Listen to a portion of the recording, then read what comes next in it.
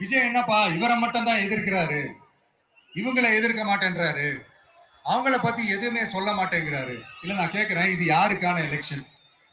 தமிழ்நாடு சட்டசபைக்கான ஒரு தேர்தல். இப்ப இங்க யார் ஆட்சியில இருக்கிறா? யாரு பொய்யா வாக்குறுதிகளை கொடுத்து மக்களை ஏமாத்துறது? யாரு மக்கள் விரோத ஆட்சியை நடத்துறது? அப்ப இங்க யார அகற்றணும்? இந்த மக்கள் விரோத திமுக அரசை அகற்றணும்னா நம்ம யாரை எதிர்க்கணும்?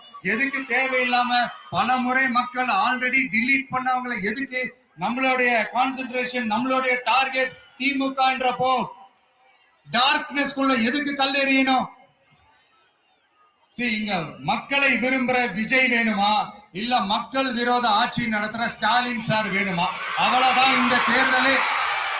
இதுக்கு நடுவுல வேற யாருமே கிடையாது. புரியுதுங்களா உங்களுக்கு?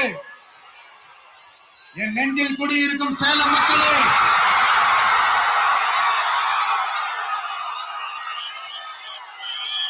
one last simple question. Vijaya நம்புறீங்களா, ஸ்டாலின் சார நம்புறீங்களா?